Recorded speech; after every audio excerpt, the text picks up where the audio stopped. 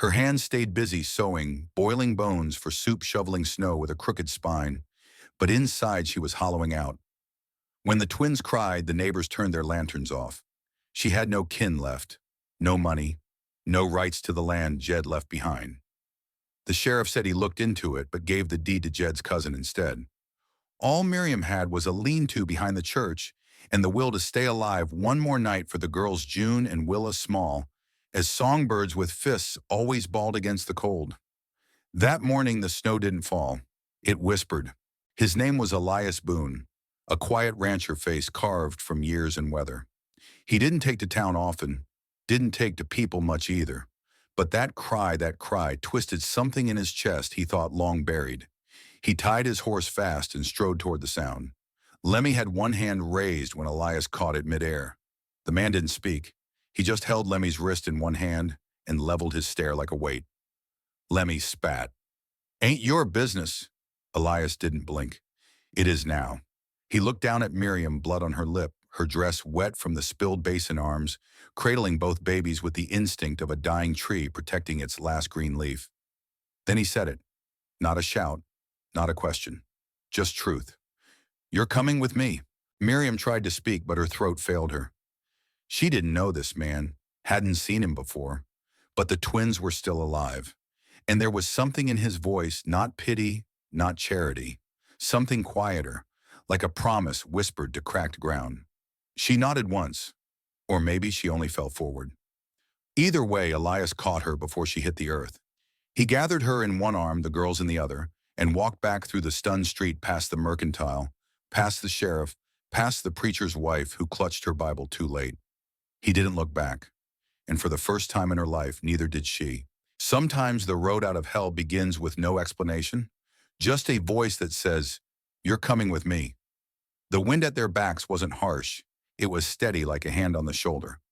Elias Boone didn't speak as he helped Miriam onto his mare, the twins wrapped in his coat against her chest. The girls had stopped crying, as if even they knew not to make a sound that might pull the world's cruelty back around. The ride was long and slow, the hooves soft in the snow. But to Miriam, it was the first time her body was moving towards something, not away. Behind her, Bitter Creek shrank into a memory. The alley, the boot, the faces turned away. Let them fade. Elias' cabin wasn't big, but it stood honest. Pine-timbered and smoke-streaked, tucked against a ridge of high trees where the wind got caught and sang instead of howled. A fence ran crookedly along one side, not for show, just enough to keep the cow in and the wolves out. He helped her down without a word. His hand touched her waist only as long as it needed to. Not too firm, not too soft. Like he was used to holding things broken, but not ruined. Inside, the warmth was real. A stove glowed in the corner. A cot sat under the window. A cradle half-carved rested against the wall, unfinished like a dream someone didn't dare complete. He laid out 2 blankets and opened the cabinet. Dried beans, flour, goat's milk, a tin of honey. He didn't offer her tea. He just made it, then left the cup within reach and knelt beside the girls. "They hungry?" he asked, voice hushed. Miriam didn't answer at first. Her throat still carried dust from too many years of being silent. But she nodded. "They're always hungry," she whispered. "It's what keeps them alive." Elias nodded too, like he understood. He didn't ask where their father was. Didn't ask what happened in town. He only said, "I'll get the stove hotter." Later that night, after the twins were fed and sleeping, Miriam sat by the fire while Elias whittled. She watched his hands, big square calloused shape wood into smooth curves. Not hurried, not rough, just steady. "Why'd you take me?" she asked softly. He didn't stop carving. "You didn't look like you had another place to go." "I didn't." "You do now." A long silence stretched between them, the kind that might have felt uncomfortable with anyone else. But here it felt like space being made. Miriam studied the cradle in the corner. "You were building that before we came." He nodded once. "For who?" He paused, laid the wood down. "Didn't know yet," he said. "Maybe I do now." That night, while the girls slept and the fire whispered, Miriam cried without making a sound. Not the cry of panic, not even grief, but the cry of something that hadn't been watered in years finally catching rain. Elias didn't mention it. He just kept the fire going until dawn. Sometimes reunion isn't with a person, it's with the feeling that you're allowed to exist.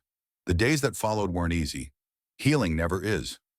Miriam rose with the twins each morning, her body stiff, her wrists still marked where the rope had bit too deep.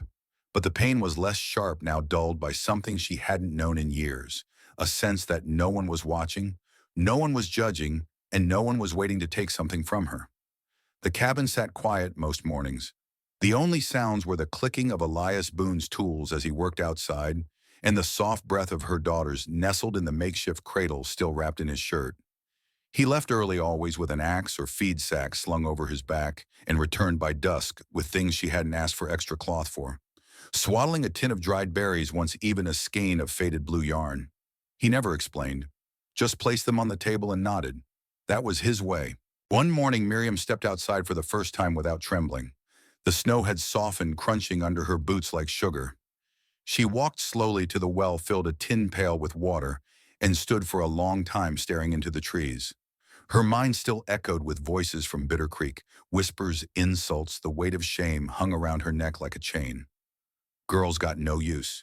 Widows are mouths to feed, not hearts to tend. She gave birth to sorrow, not sons. But here no one spoke those things, and if the wind did, it kept it to itself. That night, the silence between her and Elias changed. They sat across from each other, firelight dancing on their faces. He was sanding a block of pine into something round. She was sewing a small cap from the blue yarn. "You're good with your hands," she said softly. He shrugged. "Grew up needing to fix more than I could afford to replace. Is that why you took me in a repair job?" He looked up slowly, held her gaze. "No," he said. "You don't fix people. You hold them steady till they remember they're not broken." Her fingers paused. No one had ever spoken to her like that. But peace is never without shadow. Later that week, a rider came by, just a silhouette near the tree line. Didn't approach, just lingered, watching. Elias saw him too. He didn't say much, just cleaned his rifle slower that evening, checked the locks on the door, added another log to the fire before turning in. "Might be time to give the girls proper names," he murmured. Miriam looked up from the cradle. "Why now?" He didn't answer, just smiled, thin and tired. "So if anyone comes asking who they are, we can tell them." The next morning, Miriam whispered names into the girls' ears before sunrise. One she named Hope for the one who cried loudest. The other Grace for the one who simply blinked at the world like it already made sense. When Elias returned that evening and found the names written on scraps of cloth pinned to the cradle, he didn't say a word. But his hands shook slightly when he reached for the bread knife. Sometimes the hardest thing is letting yourself believe that safety can last. The thaw came quietly, the way most change does, not all at once, but in soft undoings. Drips from the roof's edge, slow and steady, a patch of earth showing beneath the cabin's eaves. One morning, Miriam woke and realized the air no longer stung when she stepped outside. She had begun humming again. Only to the twins at first, little half-songs with no beginning, no end.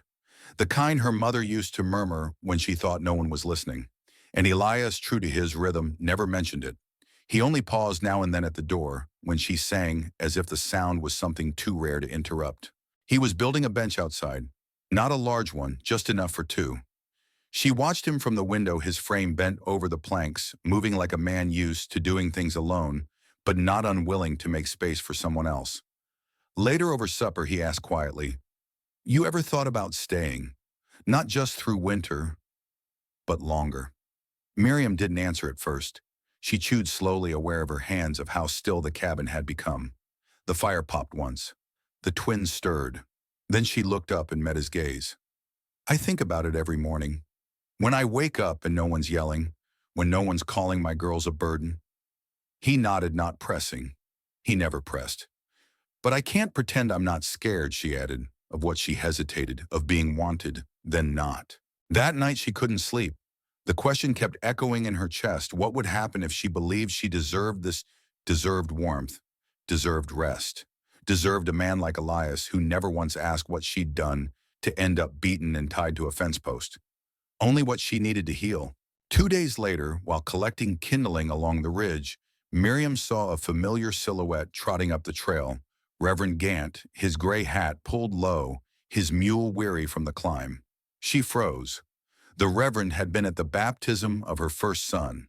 He had also stood silent when the church ladies whispered that Miriam had angered God by birthing girls. Now he reined in the mule and tipped his hat. "Ma'am," he said with soft surprise, "didn't expect to see you here. Folks said you'd passed." She tilted her chin. "Not yet." Inside the cabin, Elias didn't flinch when he saw the visitor. He set the kettle to boil, nodded a greeting, and busied himself with the fire. Reverend Gant glanced toward the cradle. "Are they his?" "No," Miriam said. "They're mine. That's all that matters." The Reverend cleared his throat.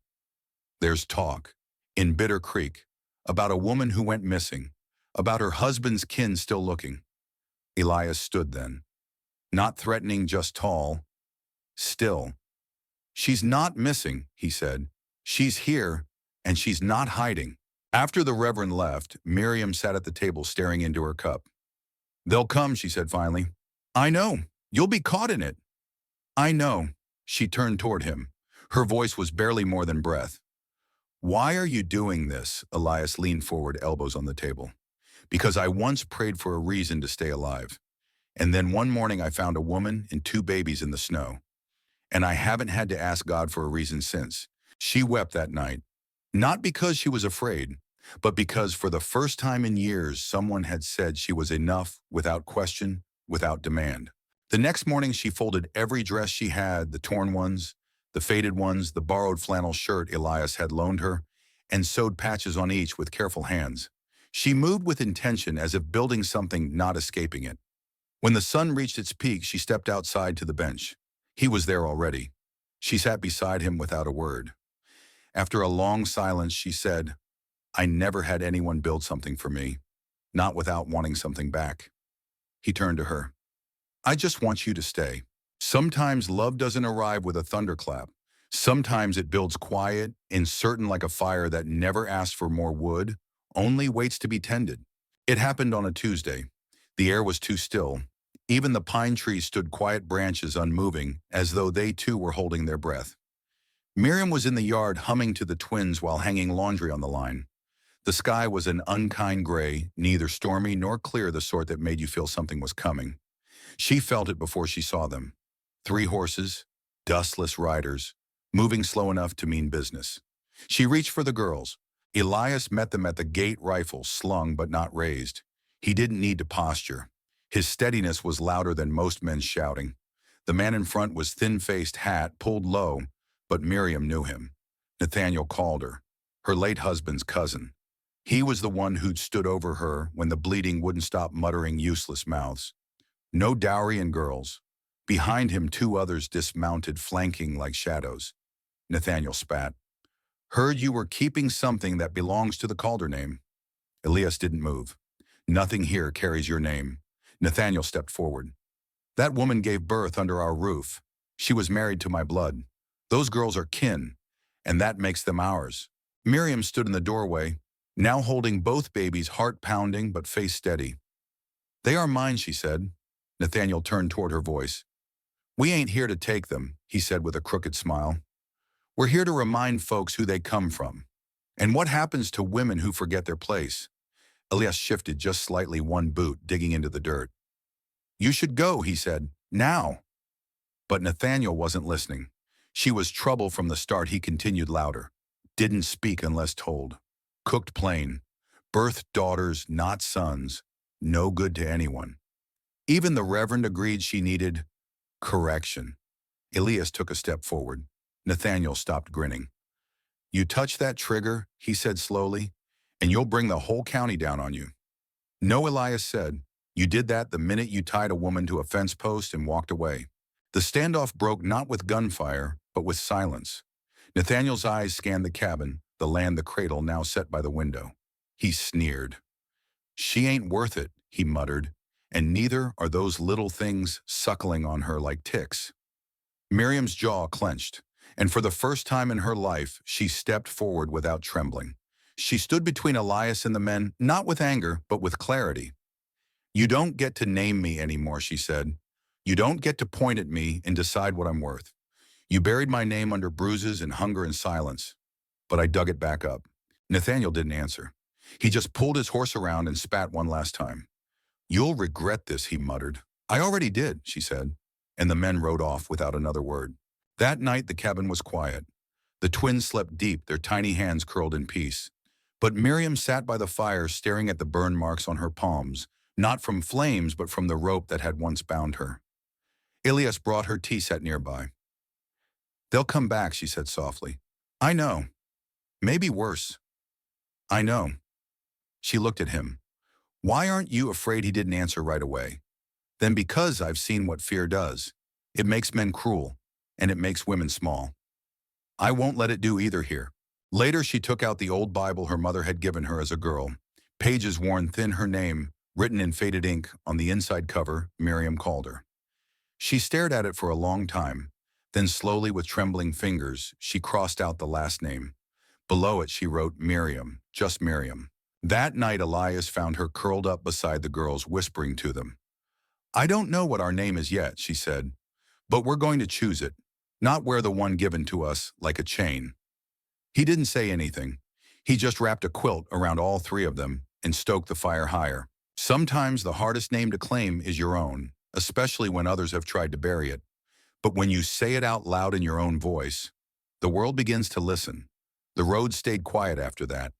Days folded into each other like quilt corners, edges worn but stitched with care. Miriam began to hum again. Not loud, not often. Just little tunes that had no words, the kind her mother used to hum while folding bread dough or brushing the ends of a baby girl's hair. The twins, now named Hazel and June, after wild things that bloom late, had learned to laugh.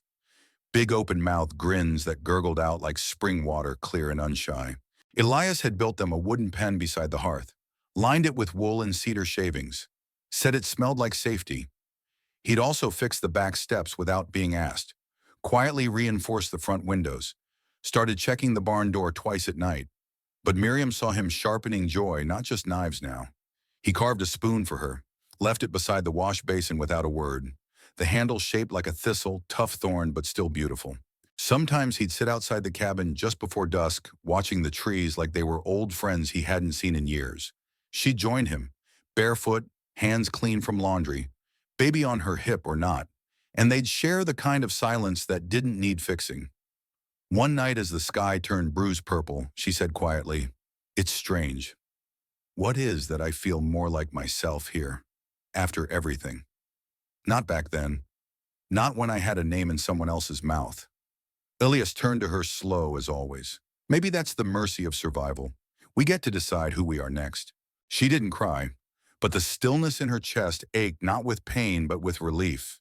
The next morning she found her old bag packed again. Not to leave, but to sort. She tossed out the letters from Nathaniel's wife, the mourning handkerchiefs, the wedding comb, and at the very bottom a button. It was from her first daughter's baby dress, the one that never lived long enough for a name. Elias found her sitting on the porch with it, cupped in her hands. She would have been 17 this spring, she said softly. I know, he said. Not because he did, but because he knew how to sit beside grief like it was a living thing.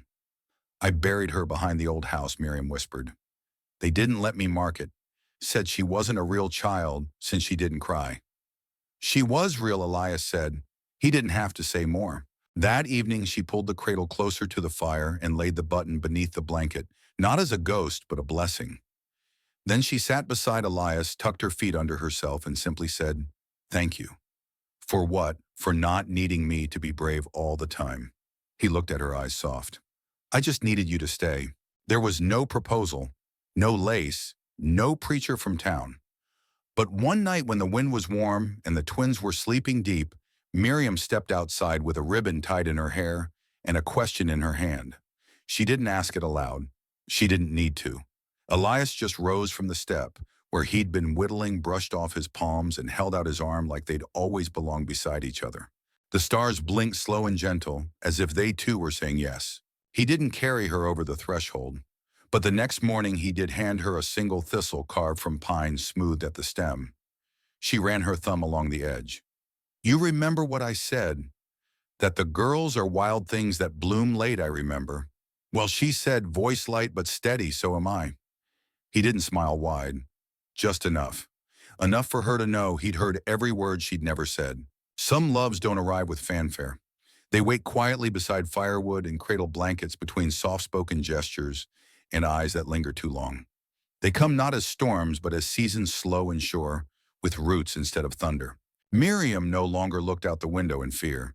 She looked for weather, and for whether today would be the day Elias finally said something foolish like I can cook. He couldn't, but the smoke meant he'd tried, and that was enough. Sometimes the people who save us don't do it with swords or sermons, but with patience, warmth, and the courage to stay. The thaw came like a sigh. One morning the icicles that lined the eaves let go all at once, soft shattering drops into the mud. The wind once sharp as a whip now slipped warm through the pines. Somewhere near the edge of the woods a single robin tried out her song. It was still early spring. The ground was sponge soft, the night still carried a bite. But the world had started shifting, and so had Miriam. She didn't notice the change all at once. Not in herself. But one morning as she swept the porch with Hazel strapped to her back and June giggling from the laundry basket, she realized her hands no longer trembled. She hadn't thought of them, the ones who hurt her, dismissed her, tried to discard her in days. Her heart still bore the scars. But the pain had receded, left room for something else. Something that bloomed quietly inside her like a thistle stubborn, rooted beautiful in its own fierce way. Elias was chopping wood again, shirt sleeves rolled, jaw set, the kind of work that didn't ask for words. She watched him from the doorway, twin girls cooing in their cradle beside her. She wondered how a man so silent could make her feel so known. He'd never spoken of love, never used the word. But when he handed her the worn flannel on cold mornings, or left carved toys on the windowsill, or sat beside her during long feeds without asking a single thing, that was love, wasn't it? Not loud, not begged for, just given, freely. Later that day, Miriam found a letter tucked under the buttercrock. It was addressed to her, not to Mrs. Nathaniel, not to the woman with twins, just Miriam Albright, her name, her own. Inside, her cousin from Missouri wrote of a small home with a front porch, chickens, and a garden already growing wild. She offered help, a nursery, a family name for the girls, safety, distance, everything Miriam had once begged for. And now, she folded the letter once, then twice, then tucked it in the drawer without a word. When Elias asked gently, "You all right?" she only nodded, because she was. That night, she held Hazel in her lap, June cradled beside her, and whispered a psalm into the quiet. The same one her mother used to sing in the cradle years. The same one she thought she'd forgotten. The words came back now, like water in drought. The next morning, Elias brought in a sapling. "Thought we'd plant it. Out back." "What kind thistle pine?" "They don't grow tall, but they last." She touched the bark. "What for?" "For the girl you buried. The one who never had a stone." Her throat tightened. She looked down. "How'd you talk in your sleep sometimes." She reached for his hand. "You listened, I always have." They planted the tree under an open sky, Miriam's hands deep in the earth. Elias pressed the roots down gently, then patted the soil as if sealing a promise. The twins watched from a blanket nearby. June babbled. Hazel kicked one sock off and didn't care. When it was done, Miriam didn't cry. She just laid a single wildflower at the base and whispered, "You're not forgotten. None of you are." The tree took root that spring, so did Miriam. Weeks passed. They built a new fence around the coop, stitched curtains from feed sacks. Miriam started baking again. Her bread didn't rise perfectly, but Elias called it honest bread and ate 2 slices each morning like it was gold. The girls learned to crawl, then to climb. And then one morning June stood on wobbly legs and made it 2 steps before toppling straight into Elias's waiting arms. He didn't cheer, just held her like she'd conquered a mountain. Whispered something low only she could hear. Miriam smiled from the doorway. One evening, while the sun painted the windows gold, Miriam stood beside the cradle smoothing the blankets. "Do you regret not going?" Elias asked quietly behind her. She didn't answer at first. Then she turned. "Would I have been safe there?" "Probably. More comfortable, likely." "Then why stay?" She looked at him for a long moment. "Because that would have been a life someone else built for me. This one?" She gestured around the small imperfect cabin. "I helped build." He nodded. "You did more than help." She stepped closer. And you, Elias Trainer, you never once made me feel like I had to earn my place. You never did. There wasn't a wedding, not a second one. Not yet. But there was an understanding, the kind that sits deeper than vows, one that's forged over ash and cradle songs over quiet mornings and shared burdens. One night Miriam knelt beside the bed smoothing Hazel's hair when Elias leaned in the doorway holding a cup of water. "I never asked," he said, voice almost shy. "What do you want now? Not for the girls. For you." She looked up surprised. "No one's ever asked me that. I'm asking." She paused, thought, then said, "I want a day that begins soft, with a man who sees me, a roof that's quiet but kind, laughter that's earned, a garden that grows crooked but feeds, and two girls who never feel ashamed for being born." His eyes shone. He set the cup down gently. "Then let's build that." Outside, a breeze passed through the pines, soft as breath. The wind had changed again. Not harsh, not restless, just steady, like a home that stayed. And inside that small cabin on the edge of nowhere, two people once broken, now gently mending, sat beside a fire that no longer just warmed. It glowed, it welcomed, it waited, like love that didn't need to be asked for, just received. She wasn't supposed to survive. Not the childbirth, not the shame, and certainly not the beating that followed. A widow, no ring, no dowry, no son, just two baby girls wrapped in a horse blanket, and a name no one bothered to ask. They left her tied to a post like something forgotten by God. But he found her. A quiet man with no questions, no noise. Just a coat still warm from the road. And a voice that didn't shake when he said, "You're coming with me." That's where they thought it would end. But what came next, they never saw coming. Not the preacher, not the townsfolk who whispered behind bonnets and fences, not even the men who rode in with rifles, claiming she still belonged to their dead brother. Because the quiet man, the one with calloused hands and no past worth telling, he didn't raise his voice. He raised his character. And when the in-laws came to drag her back to take what they called theirs, he didn't reach for his gun first. He said one sentence, and it was enough to send them riding off in shame. But the most shocking thing he did wasn't what he said to them. It was what he never asked of her. He never asked her to be grateful, never asked her to be his. He only asked one thing: "Do you want to stay?" So now the question isn't what he did. It's what she chose next. Because just when she thought she was only someone to be rescued, she realized she was someone to be loved. If this kind of story finds a quiet place in your chest, a place that still believes in second chances and firelight after long winters, stay right here. The next part will show you something rare. How one gentle man with no last name gave a broken woman something her in-laws never could: a home that stayed. Drop a "if this touched you." Comment your city. Let's see how far kindness travels. Follow for more Wild West stories that heal.